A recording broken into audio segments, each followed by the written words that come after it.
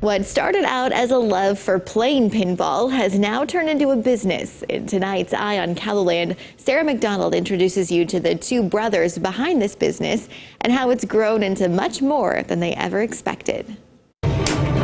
Clay and Ryan Wilford not only enjoy playing pinball, but they've taken that passion and are now fixing up and restoring pinball machines. I was out visiting my brother when he was living in Deadwood, and we started playing pinball out there. We just went one night to a bar and started playing a few games. Eventually decided that I wanted to have my own machine, but in order to be able to convince my wife to allow me to do it, I had to also learn how to fix them. So I went and bought the most rundown machine I could find. From there, he taught himself how to fix the machine. Then his brother Ryan got involved. We started out, he bought one game and fixed it up, and then convinced me to buy one, and I bought it and went through it kind of methodically over time and figured out how to get it running and fixed it up.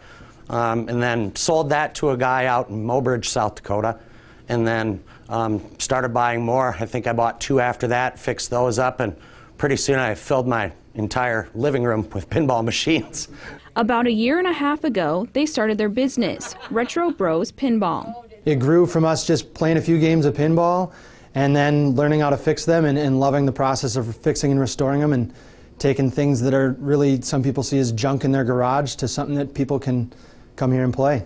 Not only are they fixing up these games, you can also find some of their machines in businesses. Putting them in bars and restaurants and breweries, and then people go there and play them and pay to play them. We have them in Watertown, Brookings, Aberdeen, Sioux Falls, and then some over in Minnesota as well. You'll also find their fixed up games at the Guest House in Watertown. We started with 4 games here at the Guest House in Watertown with just the intention of having those there, and we'd play them, you know, when we had free time, and it just evolved, you know, and we kept buying broken games, fixing them up, and putting them out. One of the neat things about it is, even in here, you'll come in here on a Friday night and it'll be busy, and on one end you'll have like a 15 or 16-year-old playing a game of pinball, and on the other end it'll be somebody who's 60 or 70. And so it's one of the neat things where a lot of people from older generations enjoy teaching younger generations how to play as well. Ryan says getting the machines back in working condition can be challenging. We're still learning right now.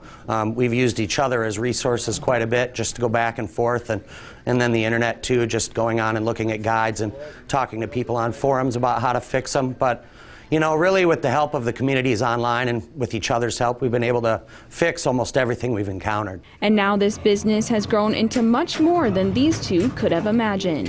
It really grew a lot quicker than we ever expected, and a lot bigger so far than we've ever expected it would. You know, we would be open to seeing it continue to grow. We just love pinball, and we love playing. We love bringing these out into the public so that other people can play as well. So I mean, really any direction that takes us into bringing more people to play pinball, we'll follow. It's exciting to see something that's so worn out and someone thinks it's kind of past its prime and bring it back to life.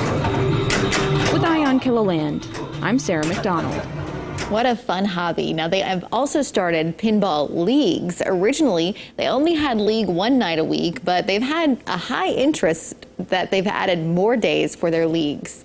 To learn more about Retro Bros Pinball, we've provided a link under this story on KELOLAND.com.